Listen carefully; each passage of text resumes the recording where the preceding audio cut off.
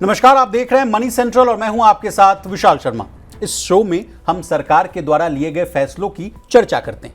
किसी कानून को बदलने की बात हो या कोई नया रूल रेगुलेशन लाना हो, उसका असर आप पर, आपकी जेब पर कैसे पड़ेगा, इसको समझने की कोशिश करते हैं। पर्सनल फाइनेंस की बात हो या शेयर बाजार, म्यूचुअल फंड की, बैंकों की बात हो या देश विदेश की इकोनॉमीज की, सभी जटिल मुद्दों को आसान भाषा में विस्तार से समझाने के लिए हमारे साथ मौजूद हैं मनी 9 के एडिटर प्रियंका संभव। मैम, आपका मनी 9 में बहुत स्वागत है। थैंक यू विशाल। भारत सरकार ने 2027 से गाड़ियों के कार्बन एमिशन को 1/3 तक घटाने की योजना बनाई। इसे लेकर छोटी बड़ी कारों के बीच जंग छिड़ गई। ताजा मामला महिंद्रा एंड महिंद्रा और मारुति सुजुकी के बीच का है। क्या है पूरा मामला? क्यों देश की प्रमुख ऑटो कंपनियां इस कदम को बहुत आक्रामक बता रही हैं? और तो और क्या है कैफे नॉर्म्स, जानने और समझने की कोशिश करें। बीएसई और एनएसई के इन्वेस्टर्स को पिछले 1 महीने में भारी नुकसान हुआ। कहा जा रहा है कि निवेशकों के 1.4 लाख करोड़ रुपए सुहा। इसके कई कारण हैं, लेकिन सबसे बड़ा कारण जेन स्ट्रीट घोटाला बताया जा रहा है। क्या है जेन स्ट्रीट घोटाला? कैसे बीएसई और एनएसई के शेयरों को भारी नुकसान हुआ, जानने की कोशिश करें। और अंतिम में चर्चा करेंगे आरबीआई के नए नियम की। ग्रामीण इलाकों में इकोनॉमी को बढ़ावा देने के लिए आरबीआई ने एक बड़ा कदम उठाया। किसानों और छोटे कारोबारियों को अब आसानी से लोन मिल सकेगा।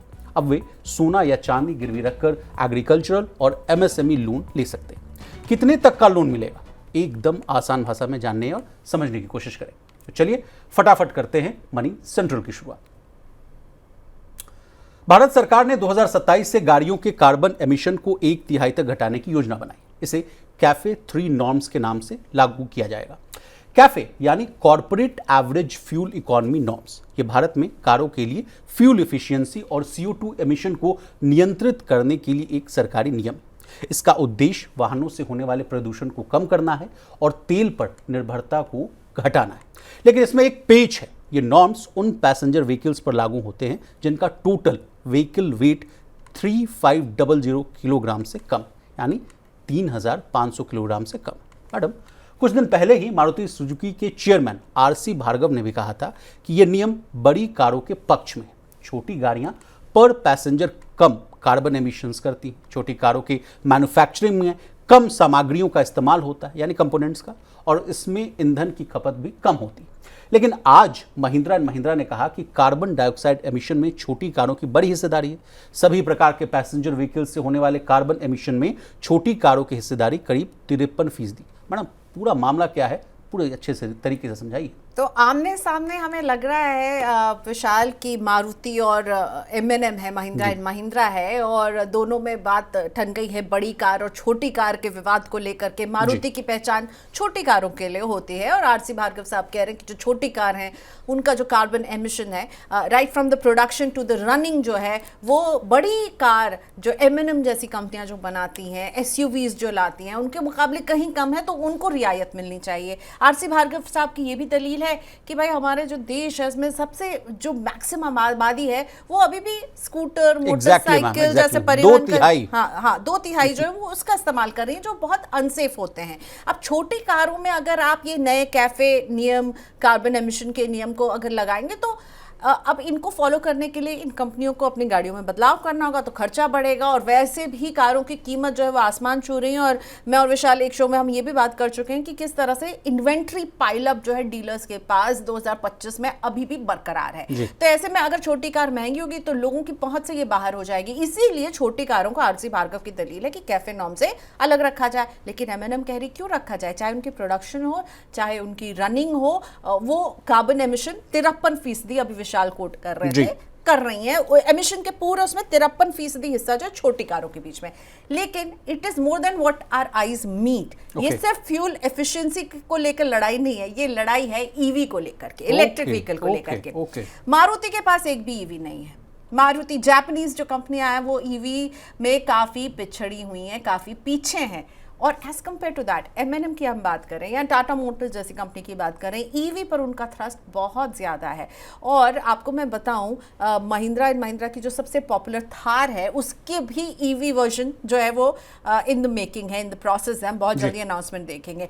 अगस्त के महीने में 15 अगस्त को M&M का ये एक रिवाज रहा है कि वो अपनी अच्छी गाड़ियों को लॉन्च करती है, और अनुमान यही है कि इस बार जो 4 गाड़ियां M&M लॉन्च करेगी वो ईवी हो सकती है, इलेक्ट्रिक व्हीकल हो सकती है। ठीक है, उनका XUV सबसे अच्छा कार जो बिक रहा है वो भी ईवी है। इसके अलावा उनकी जो भी BE6 कार जो है वो भी ईवी व्हीकल है।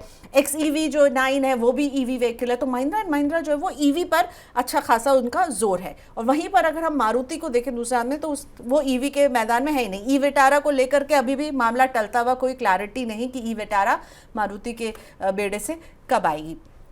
तो ईवी को लेकर के जो है ना मारुति बहुत पीछे है, और M&M जैसी कंपनियां जो है वो बहुत आगे हैं। अब महिंद्रा एंड महिंद्रा का ये भी कहना है कि अगर इनको कार्बन एमिशन में भी कैफे की छूट जो है वो मिलती है मारुति जैसी कंपनियों को छोटी कार को लाने के लिए, तो देश में ईवी अडॉप्शन में और देरी होगी।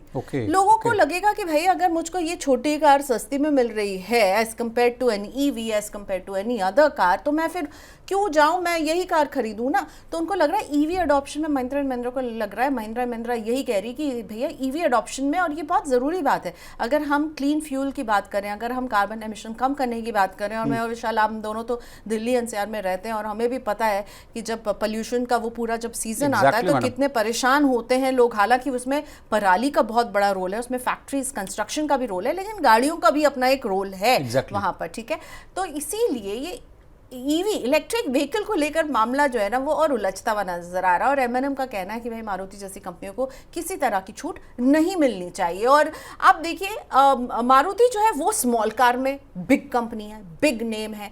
आप मैं जापान गई थी, वहां पर देखा मैंने मारुति की वो KE कार्स जो हैं, छोटी कार हैं जो कम जगह लेती हैं पार्किंग के लिए, कॉम्पैक्ट कार है, लेकिन वो ईवी इलेक्ट्रिक वर्जन में नहीं है, पेट्रोल रन है वो। तो वो वहां पर भी आप देखेंगे कि ये कॉम्पैक्ट कार्स के बिजनेस में जितनी भी जापानीज और कोरियन कंपनीज हैं वो कॉम्पैक्ट कार और छोटी कार के बिजनेस में बहुत ही जो है अपना पैर जमा चुकी हैं, और वो ईवी की तरफ अभी तक उनके कदम नहीं बढ़े और दिक्कतें भी नहीं। अब रेयर अर्थ मैग्नेट को मामला देख लीजिए, उसको लेकर के भी जो है इनके प्रोडक्शन में हम देरी देख रहे हैं। टैरिफ को लेकर के कोई क्लैरिटी अभी नहीं है। इन सब को देखते हुए कहीं ना कहीं जो है मारुति और M&M में जो ये लड़ाई है कार्बन एमिशन से शुरू हो रही है, लेकिन वो जाकर अटकती है ईवी को लेकर के। M&M बहुत बुलिश है और मारुति जैसी कंपनियां उतनी बुलिश नहीं नजर आ रही हैं। और M&M चाहती है कि भैया ईवी को अगर आपको प्रमोट करना है, तो अगर आप छोटी कारों को ही प्रमोट करते रहेंगे तो ईवी को कब प्रमोट करेंगे। मैडम मेरे पास एक और आंकड़ा भी है, मैं ऑटो सेल्स के नंबर्स को भी मैं कोट करना चाहूंगा। देखिए महिंद्रा ने फाइनेंशियल ईयर 2025 में घरेलू बाजार में 5,51,487 जो है वाहनों की बिक्री की, जो पिछले साल की तुलना में अगर कही जाए मैडम तो 20% ज़्यादा है। जबकि मारुति की बात की जाए तो घरेलू बाजार में 17.6 लाख कारें बेची, जो फाइनेंशियल ईयर 24 में हुई बिक्री के लगभग बराबर है, यानी कोई ग्रोथ देखने को नहीं मिल रहा है। तो इस वजह से भी कहा जा रहा है कि इन दोनों के बीच में टसल हो रहा है। अब इनके एक और पेच है मैडम, मारुति की हैचबैक और सेडान कारें एकदम नहीं बिक रही हैं, और कई बार हम लोगों ने मनी सेंटर में आपके साथ भी चर्चा की है।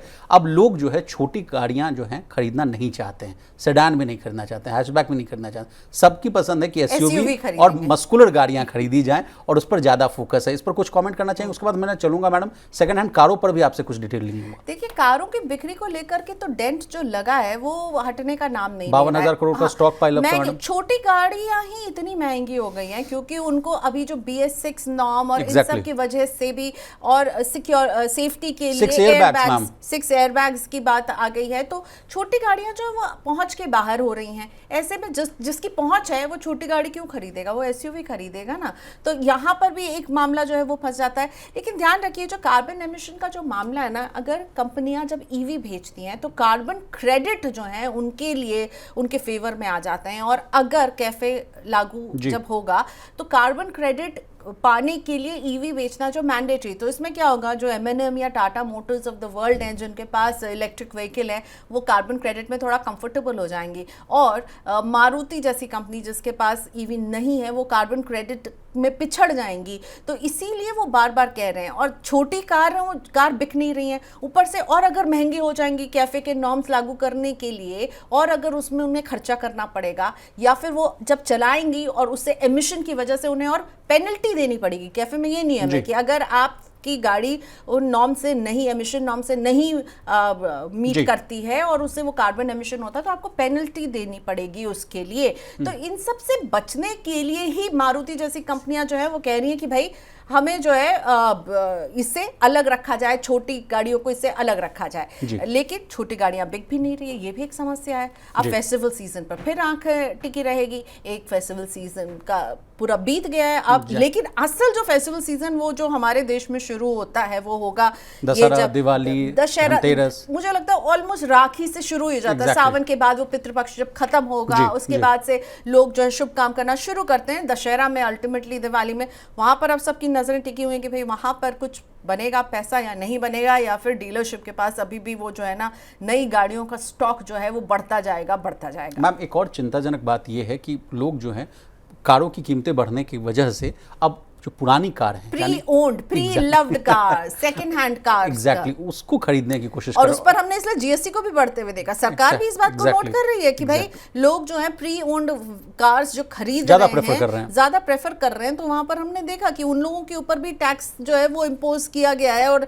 अगर आप किसी ऑनलाइन प्लेटफॉर्म से जब गाड़ी खरीदेंगे, एक जो टू व्हीलर नहीं, सेकंड हैंड जो कार बेचती है, बहुत सारे प्लेटफॉर्म्स हैं, तो उनको उनके ऊपर ये हुआ, और सेकंड हैंड कार सस्ती पड़ती है। तो आप एक डेटा भी निकाल रहे थे ना, क्रिसिल रेटिंग्स की एक रिपोर्ट है मैडम, कहा जा रहा है कि फाइनेंशियल ईयर 2025-26 में यूज्ड कार की बिक्री जो है 8 से 10% तक बढ़ने की उम्मीद भी की जा रही है। तो लोगों की, जिस तरह से आपने सही बताया मैडम कि कंजम्पशन जो है एक बहुत ही अभी जटिल मुद्दा बना हुआ है, लोगों के पास अभी जो पैसे हैं वो नहीं है, तमाम तरह की जो इस तरह के जियोपॉलिटिकल टेंशन, और नई कारों की बिक्री का अनुपात है वो 1:4 के आसपास है। तो सोचिए एक अगर नई कार बिक रही है तो 4 जो है वो सेकेंड हैंड कार बिक रही है। तो देखिए जेब पर भारी पड़ रही है, कार की कीमतें बढ़ गई। अब छोटी कार भी कोई अफोर्डेबल रेंज में है क्या, आप बताइए, मुझे तो नहीं लगता है। मैं एक बार कार शोरूम में गई थी अपने मदर के लिए कार देखने, छोटी कार का ही प्राइस जो था उसमें लग रहा था कि भाई 6-7 लाख तक तो पहुंच जा रही है आराम से। तो आप अगर इतने महंगा तो आप सोचेंगे थोड़ा सा बजट बढ़ा के थोड़ा बड़ी सेडान ही खरीद लेते हैं, क्यों हैचबैक खरीदें, थोड़ी बड़ी गाड़ी खरीद लेते हैं। और यही हो रहा है जो हमें ट्रेंड दिख रहा है, एसयूवी खरीद रहे हैं लोग, छोटी गाड़ियों को स्किप कर जा रहे हैं, छोटी गाड़ियों को की तरफ नहीं बढ़ रहे हैं। और ये मारुति जैसी कंपनियां जो छोटी गाड़ियों की चिंताजनक बात है, जो सिकंदर हैं उनके लिए चिंता वाली बात है। चलिए मैडम आगे बढ़ते हैं। बीएसई और एनएसई के निवेशकों को पिछले 1 महीने में भारी नुकसान हुआ है। इसके कई कारण, लेकिन सबसे बड़ा कारण है चेन स्ट्रीट घोटाला। दरअसल मार्केट रेगुलेटरी सेबी ने 3 जुलाई को एक आदेश जारी किया था जिसमें जीन स्ट्रीट को भारतीय शेयर बाजार से प्रतिबंधित कर दिया गया। सेबी ने आरोप लगाया कि अमेरिकी ट्रेडिंग कंपनी ने निफ्टी बैंक में हेरफेर करने के लिए जानबूझकर गलत तरीके से मुनाफा कमाने की योजना बनाई। सेबी ने प्रतिबंध के साथ ही 4,840 करोड़ रुपए की संपत्ति को फ्रीज कर दिया। इस खबर के सामने आने के बाद बाजार में हड़कंप मच गया था। डेरिवेटिव ट्रेडिंग में भारी गिरावट आई और ब्रोकरेज हाउसेस ने जल्दबाजी में एक्सचेंज स्टॉक्स को डाउनग्रेड करना शुरू कर दिया। मैडम, कैसे बीएसई और एनएसई के शेयरों में भारी नुकसान हुआ? भयंकर, जेन स्ट्रीट ने एकदम जो है, हम जो बार बार सेबी मार्केट रेगुलेटर बताता रहा कि एफएनओ में कैसे रिटेल ट्रेडर्स के हाथ जलते हैं, उसमें जेन स्ट्रीट जैसे जो अमेरिकी ट्रेडिंग कंपनियां हैं उनके हाथ तो दोनों हाथ में लड्डू ही लड्डू था। कितनी कमाई की उन्होंने और नुकसान कितना हुआ, बहुत जरा सा जितनी कमाई 1.4 लाख करोड़। हाँ, अब बताइए। और अभी जो ताज़ा मामला आज बीएसई के शेयरों में हमने एक रिकवरी देखी है, वहाँ पे बढ़त हमने देखी है। और इस बढ़त के पीछे एक बड़ी वजह ये रही कि जेन स्ट्रीट ने एस्क्रो अकाउंट में जो सेबी ने कहा था उसमें करीब 4,843 करोड़ रुपए जमा कर दिए। लेकिन इसको कई लोग इससे भी पढ़ रहे थे कि शायद अब उनको जो है अलाउ कर दिया गया, ऐसी खबरें भी आई। लेकिन इसकी कोई पुष्टि नहीं हुई है, वो अभी कारोबार कर रही हैं या नहीं, इसकी कोई ऑफिशियल पुष्टि नहीं हुई है। पर अगर आप सेबी के उस ऑर्डर को देखेंगे करेंगे, जिसमें कहा गया था उन पर ये रोक लगाई गई थी, उनको एस्क्रो अकाउंट में ये पैसे जमा करने। और एक बहुत ज़रूरी बात की, वो अभी तक जिस तरह से ट्रेडिंग कर रहे थे, जिस मेथड का इस्तेमाल कर रहे थे, वो अब नहीं कर सकते हैं, जिसमें कि सेबी ने पाया था कि इंडेक्स में भयंकर मैनिपुलेशन कर रहे थे वो एफएनओ ट्रेड पे, और इससे वो कमाई कर रहे थे। तो इसीलिए इंडेक्स मैनिपुलेशन का जो उन पर आरोप है, अभी इस पर कोई क्लीन चिट नहीं मिली है। सेबी अभी इस पर कार्रवाई करेगी, मार्केट रेगुलेटर की कार्रवाई लंबी 6-7 महीने तक खिंच सकती है, तो अभी इंतजार करना होगा। लेकिन एक डेवलपमेंट जो हुआ, जिसमें जेन स्ट्रीट ने एस्क्रो अकाउंट में यह रकम जमा की, और इसके बाद हमने बीएसई के शेयरों में फाइनली एक अच्छी खासी आज बढ़त 4.5% की बढ़त हमने इसमें देखी है। तो ये नजर आई। लेकिन इस मामले में भी जांच जारी है, और ये फिर से वही दिखाता है कि कैसे लोग एफएनओ को क्विक मनी बनाने का, रिटेल इन्वेस्टर जो जाते हैं, तो सेबी ने जो कुछ साल पिछले साल बताया था कि 93% लोग, मैम इस बार भी एक रिपोर्ट आई है जो कहा जा रहा है कि 91% लोग जो हैं वो हाथ जला रहे हैं, तो उनको 93% पिछली रिपोर्ट ने कहा था कि लॉस हो रहा है 93% रिटेल इन्वेस्टर्स को, और इस बार कह रहे हैं 91%। तो कुछ बदला नहीं, रिटेल इन्वेस्टर्स पैसा खो रहे हैं, जेन स्ट्रीट वाले जो हैं वो पैसा बना रहे हैं। अब से भी जांच करेगी, मुझे लगता है कुछ और नाम भी सामने आ सकते हैं, और ये जांच बेहद जरूरी है। मुझे लगता है ये बहुत ही प्रो इन्वेस्टर है ये जांच, और मुझे लगता है सेबी को इसको ना हर एक परत को खोल करके रिटेल इन्वेस्टर को बताना चाहिए। तो वो जो सेबी के जो आंकड़े हैं कि 93% लोग लॉस कर रहे हैं और 91% लोग लॉस कर रहे हैं, उससे ज्यादा उनको ये समझ में आएगा ये कितनी कमा रहे हैं। आप देखिए, ये तो कमा रहे हैं जेन स्ट्रीट पर, 47,000 करोड़ के आसपास इन्होंने मोटा पैसा छापा है, 47,000 करोड़। और रिटेल इन्वेस्टर ने क्या क्या खोया, 91%, अभी भी 90% से ज्यादा लोग पैसे गंवा ही रहे ना एफएनओ में। और साल दर साल इसमें इस ट्रेंड में मैडम कोई बदलाव देखने को नहीं मिल रहा है। लोगों को क्या समझ नहीं आ रहा है कि कम पैसा, देखिए एफएनओ का सिक्का ये है मैडम, लोगों को लगता है कम पैसे में हम ट्रेड करना स्टार्ट कर देंगे, कम पैसे से मोटा पैसा बन जाएगा और हम प्रो बन जाएंगे, जबकि उनको पता नहीं है कि ग्लोबल क्विक मनी बहुत अट्रैक्ट करता है विशाल। और वही क्विक मनी लगता है कि अरे हम इतने साल नौकरी करके जो कमाएंगे वो हम शायद 2 दिन में हम ऐसे करके कमा लेंगे, और वो होता नहीं है। दिखने में, सुनने में अच्छा लगता है और लगता हम भी कर लेंगे, लेकिन होता नहीं है, और उसमें लॉस। मैम आपसे एक पर्सनल सवाल है, आप चूंकि पर्सनल फाइनेंस सेगमेंट में रह चुके हैं, कैपिटल मार्केट्स को भी आपने बहुत बारीकी से देखा है, इन्वेस्टर्स का सेंटिमेंट बिल्ड करने में बहुत प्रयास करना पड़ता है। सेबी को देखिए कई तरह के एडवर्टीजमेंट्स करने पड़ते हैं, एसआईपी को लेकर ही आप देखिए ना, सही है, इसको लॉन्ग टर्म के लिए आप चलाएं, इन्वेस्टमेंट के लिए कहा जाता है कि ये तरीका अपनाइए, फाइनेंशियल एडवाइज़र की सलाह लीजिए। उसके बावजूद ऐसी घटनाएं सामने आना जिसमें कहा जाए कि एक बहुत ही हाईली टेक्नोक्रेट लोग हैं, जो बहुत ही एफिशिएंट लोग हैं, आर्टिफिशियल इंटेलिजेंस का इस्तेमाल कर और तमाम तरह के एंग्लो ट्रेडिंग वाला भी मामला आपको पता ही होगा मैम, सभी तरीकों से ये बड़े लोग जो हैं IIT IIM और तमाम जो हैं बड़े संस्थान से पढ़कर टेक्नोलॉजी का इस्तेमाल कर मोटा मुनाफा कमाते हैं। लेकिन आम इन्वेस्टर्स जिसकी प्रतिशत आप बता ही रही थी, SIP का भी आप बता रही, आउट ऑफ 140 करोड़ की आबादी है, उसमें से मात्र 5% जो आबादी है उनका जो है एक्सपोजर है कैपिटल मार्केट्स में, या आप SIP का देख लीजिए या शेयर बाजार का देख लीजिए, उससे भी 5% लोगों की जो, अगर आप देखिए 90% लोगों को नुकसान हो रहा है। इन खबरों के आने के बाद जो सेंटिमेंट में जो गिरावट आती है उसको आप कैसे देखती हैं? बस सेंटिमेंट में ही थोड़े दिन की गिरावट होती, सबसे बड़ा रुपया, उसके बाद हम सब भूल जाते हैं, हम लोग सब कुछ भूल जाते हैं। हमें लगता है भाई पैसा तो ऐसे ही बनेगा, पैसा कैसे बनाना है, पैसा जल्दी कैसे बनाना है, पैसा कैसे बनेगा, एफएनओ कर लेते हैं हम, तो एफएनओ में हमने ये तमाम वीडियोस देख लिए, हमें ये तमाम टिप्स मिल रहे हैं फ़ोन पर, तो कर लो जी और पैसे बना लो। नहीं तो fear of missing out, FOMO रहता है लोगों को कि हम तो और आपके भी मतलब आसपास ऐसे लोग होंगे जिसमें आपका एक ऑफिस का कॉलीग होगा जिसके भाई के दोस्त के चाचा ने इतने पैसे कमा लिए रातों रात, लेकिन आप तो रह गए पीछे। तो आप कहेंगे मैं कैसे पीछे रहूँगा, मैं भी करूँगा। ये है बहुत ही शॉर्ट लिव्ड होता है, वो जो फियर या वो जो संशय जो मन में होता है बहुत शॉर्ट लिव्ड होता है।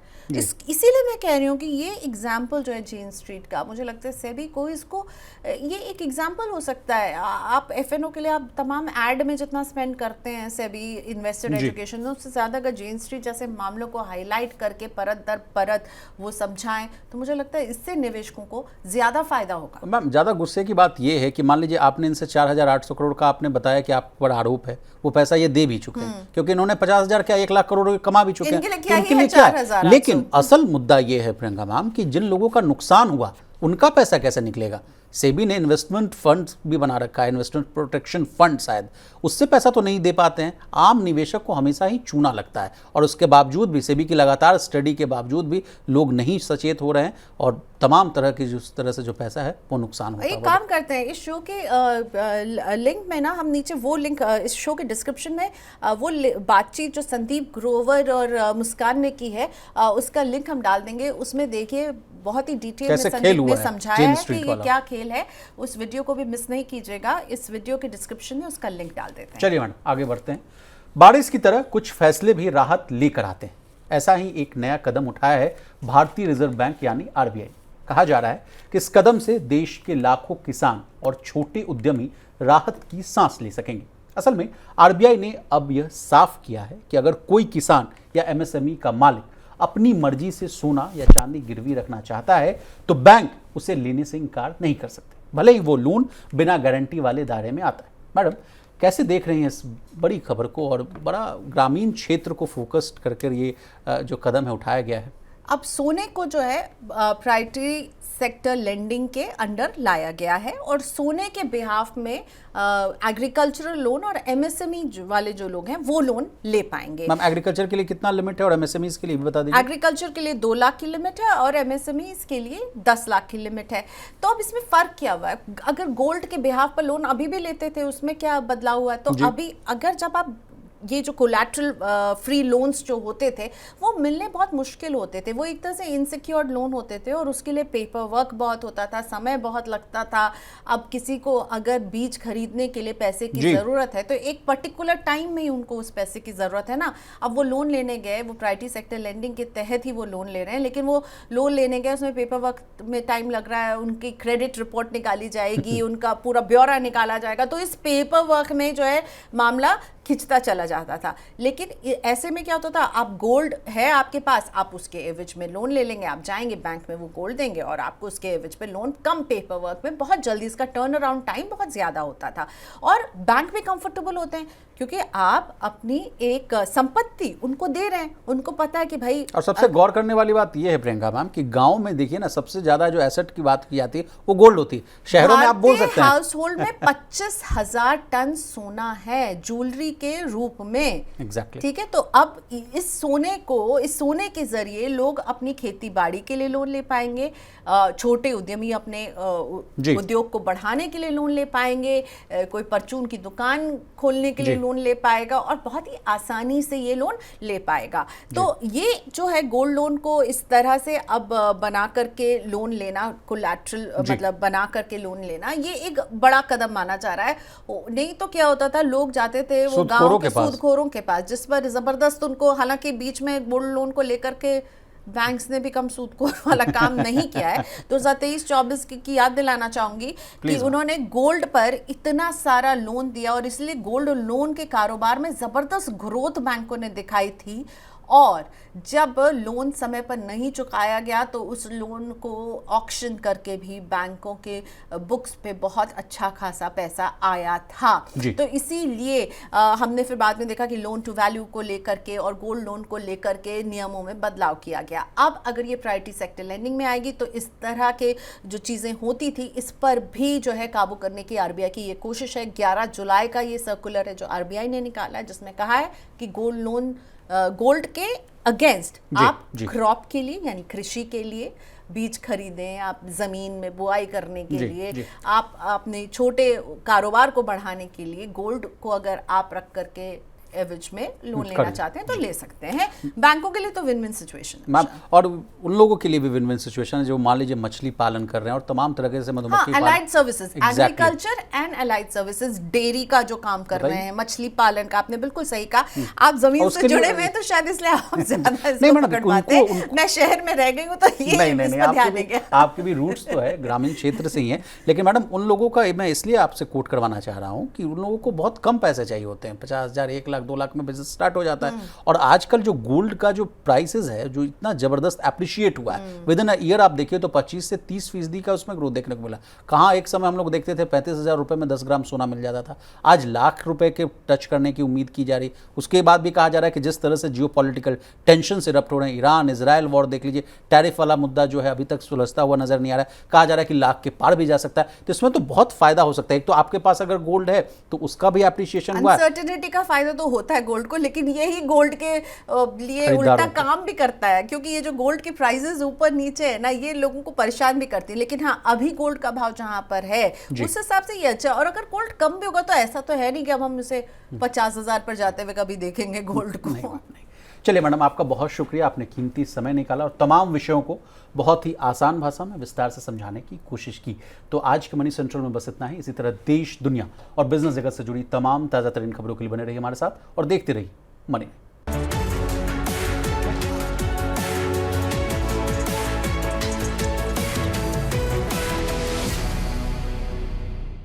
मनी 9 लाया है मेंबरशिप प्रोग्राम मनी 9 प्राइम। अब आपके दिमाग में कई सारे सवाल होंगे, मसलन आखिर क्या है ये मनी 9 प्राइम, आपके लिए यानी दर्शकों के लिए इसके क्या फ़ायदे हैं, और एक बड़ा सवाल ये कि मनी 9 प्राइम से आखिर जुड़ना कैसे है। तो इसकी पूरी जानकारी हम आपको देने जा रहे हैं। मनी 9 प्राइम में 3 प्लान होंगे, इकोनॉमी, स्टैंडर्ड और VIP। तो फटाफट ज्वाइन कीजिए YouTube पर मनी 9 प्राइम। ज्वाइन करने के लिए मनी 9 के YouTube पेज पर जाइए, होम पेज पर मिलेगा ज्वाइन बटन, इसे क्लिक करें, अपनी पसंद का प्लान चुनें और बस हो गया, अब आप रहेंगे सबसे आगे।